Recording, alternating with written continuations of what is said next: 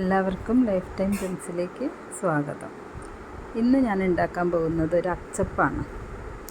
അപ്പോൾ വൈകുന്നേരം വീട്ടിലുണ്ടാക്കാമെന്ന് വിചാരിച്ചതാണ്. അപ്പോൾ അത് നിങ്ങൾക്കും കൂടി ഷെയർ ചെയ്ത് തരാമെന്ന് വിചാരിച്ചു.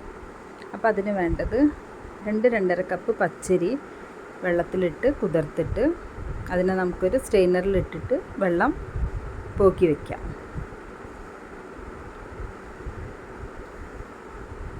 അങ്ങനെ പിന്നെ ഇതിലേക്ക് വേണ്ട സാധനങ്ങൾ 2 കോഴിമുട്ട, 1 കപ്പ് പഞ്ചസാര, 2 ഏലക്കായ, കുറച്ച് എള്ള്, പിന്നെ തേങ്ങാപ്പാൽ, ഒരു 1/4 കപ്പോളം തേങ്ങാപ്പാൽ കേട്ടോ. അപ്പോൾ ഇത് പച്ചരി അങ്ങനെ ഞാൻ മിക്സിയിലെ ജാറിലിട്ടിട്ട് ഇതെല്ലാം ചേർത്ത് അരച്ചിട്ടാണ് ഉണ്ടാക്കുന്നത്, ആട്ടിയിട്ടാണ് ഉണ്ടാക്കുന്നത്, പൊടിച്ചിട്ടല്ല കേട്ടോ. അപ്പോൾ നമുക്ക് പച്ചരി മിക്സിൻ്റെ ജാറിലേക്ക് ഇട്ട് കൊടുക്കാം.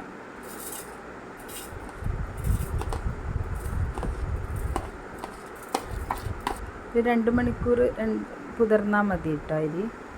തേങ്ങാപ്പാൽ കൂടി ഒഴിച്ച് കൊടുക്കാം കേട്ടോ. വെള്ളമൊന്നും നമ്മളിതിൽ ചേർക്കുന്നില്ല. ഇനി തേങ്ങാപ്പാൽ മാത്രമാണ്. 2 കോഴിമുട്ട,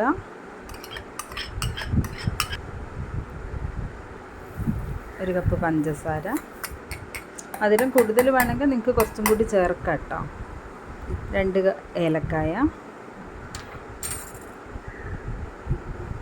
എന്നിവ ചേർത്ത് നന്നായി അരച്ചെടുത്ത മാവാണ് ഇത്. അത് നമുക്കൊരു ബൗളിലേക്ക് ഒഴിച്ച് കൊടുക്കാം.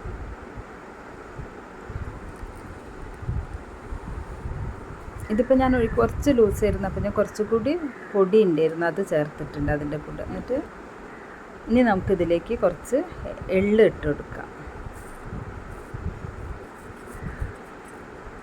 എള്ള് ചേർത്ത് നന്നായിട്ട് ഒന്ന് മിക്സ് ചെയ്ത് കൊടുക്കാം. അങ്ങനെ മാവ് ഇവിടെ റെഡി ആയിട്ടുണ്ട്. പിന്നെ ഇതിൻ്റെ അച്ച് നമ്മൾ എണ്ണയിലിട്ടൊന്ന് നന്നായിട്ട് ചൂടാക്കിയിട്ട് വേണം കേട്ടോ അച്ചപ്പം ഉണ്ടാക്കുമ്പോൾ എടുക്കാൻ. ഇതിപ്പോൾ ഒരൊറ്റ ഇതുള്ള അച്ചിലാണ് ഞാൻ ഉണ്ടാക്കുന്നത്. നമുക്കൊരു 5-6 അച്ചുള്ള ഇതൊക്കെ വാങ്ങാൻ കിട്ടാനുണ്ട് കേട്ടോ. അപ്പോൾ അതാകുമ്പോൾ നമ്മളെ വലിയ ചീനച്ചട്ടിയൊക്കെ വെച്ചാൽ കുറേ എണ്ണം ഒരുമിച്ച് ചുട്ടെടുക്കാം. നമുക്ക് ഞാൻ ഇരുമ്പ് ചീനച്ചട്ടിയിലാണ് ഉണ്ടാക്കുന്നത്. അത് ഗ്യാസിൽ വെച്ചിട്ട് നന്നായിട്ട് എണ്ണ ചൂടായി വരുമ്പോൾ ഈ അച്ച് ഇതിലേക്ക് ഇട്ട് കൊടുക്കാം. അച്ചിപ്പം ഞാൻ കുറച്ചായി ഉപയോഗിച്ചിട്ട് ഇപ്പോൾ എന്താ സ്ഥിതി എന്ന് അറിയില്ല, നോക്കാം നമുക്ക്. അച്ച് ചൂടായിട്ടുണ്ട്. ഇനി ഇത് നമുക്ക് മാവിൽ മുക്കാം. ഒരു 1/4 ഭാഗം മുക്കിയാൽ മതി, അര അല്ലെങ്കിൽ 1/4, അതിൽ കൂടുതൽ മുക്കണ്ട. അത് എണ്ണയിലിട്ട് കൊടുക്കുക. ഒന്ന് കുറച്ച് ഇതായി വരുമ്പോൾ നമ്മൾ നന്നായിട്ടൊന്ന് ഇളക്കി കൊടുത്താൽ അത് പെട്ടെന്ന് തന്നെ വിട്ടു പോരും കേട്ടോ. ഇത് പക്ഷേ ഇപ്പോൾ കുറേ ഉപയോഗിച്ചിട്ട് അതുകൊണ്ട് കുറച്ചൊന്ന് പിടിക്കുന്നുണ്ട്. നോക്കാം നമുക്ക്. അച്ചപ്പൊക്കെ കുട്ടികൾക്ക് നല്ല ഇഷ്ടമായിരിക്കുമല്ലോ. കുട്ടികൾക്കൊക്കെ ഇഷ്ടപ്പെടുന്നതാണ് ഈ കറുമുറു എന്നുള്ള പലഹാരങ്ങളെ. ഇതൊക്കെ അവർക്ക് നല്ല ഇഷ്ടമായിരിക്കും. നമ്മൾ ഉണ്ടാക്കി കൊടുക്കുമ്പോൾ ഒന്നും കൂടി ടേസ്റ്റും ഉണ്ടാവുമല്ലോ. നമ്മൾ ഏകദേശം അച്ചപ്പം വിട്ട് വരാൻ തുടങ്ങിയിട്ടുണ്ട്.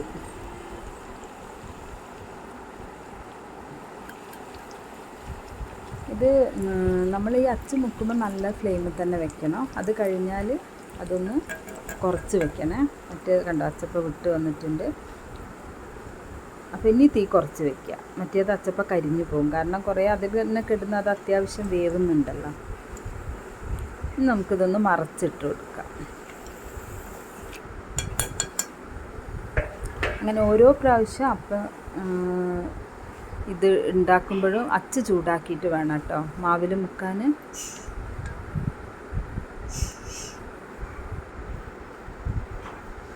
നമ്മളെ കോഴിക്കോട്ടുകാർക്ക് ഇത് അത്ര പ്രാധാന്യമില്ലെങ്കിലും തെക്കോട്ട് പോകുന്നതോറും അച്ചപ്പൊക്കെ ഭയങ്കര പ്രധാനപ്പെട്ട ഒരു പലഹാരമാണ്. അവരുടെ വീട്ടിൽ കല്യാണങ്ങളൊക്കെ ഉണ്ടെങ്കിൽ അവരത് അച്ചപ്പം, കുഴലപ്പം, പിന്നെന്താ അവലൂസ് പൊടിയൊക്കെ ഉണ്ടാക്കി വെക്കും വീടുകളിൽ. പിന്നെ നമ്മൾ അച്ചപ്പം റെഡിയായി വരുന്നുണ്ട്. നല്ല ക്രിസ്പി ആയിട്ടുള്ള അച്ചപ്പമാണ്. കണ്ടോ, നല്ല ടേസ്റ്റും ഉണ്ട് കേട്ടോ അച്ചപ്പം.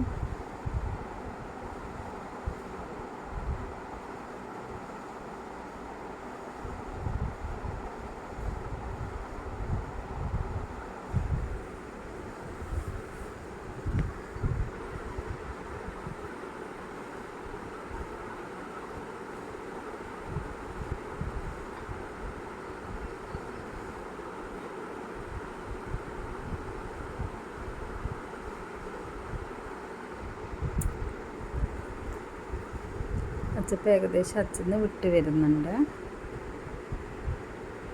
ഏകദേശം നമ്മളത് ഉണ്ടാക്കി കഴിയാനായിട്ടുണ്ട്.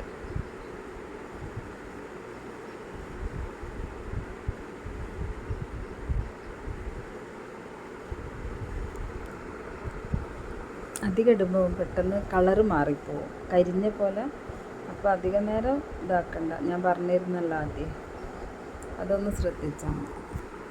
നമുക്കിത് മറിച്ചിട്ട് കൊടുക്കാം.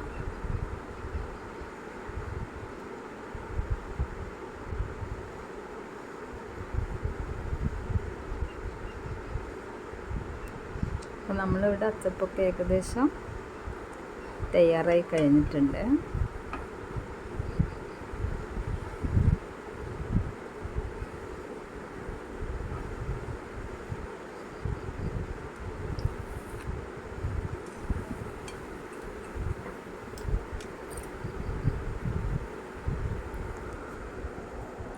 നമ്മൾ അച്ചപ്പം ഇവിടെ തയ്യാറായിട്ടുണ്ട്. അപ്പോൾ എല്ലാവരും ഒന്ന് ട്രൈ ചെയ്ത് നോക്കുക, അഭിപ്രായം അറിയിക്കുക. ബെൽ ബട്ടൺ അമർത്താനും സബ്സ്ക്രൈബ് ചെയ്യാനും മറക്കാതിരിക്കുക. എല്ലാവർക്കും ഒന്ന് ഷെയർ ചെയ്ത് കൊടുക്കുക. എല്ലാവരും നമ്മളെ ഒരുപാട് സപ്പോർട്ട് ചെയ്യും. Thank you.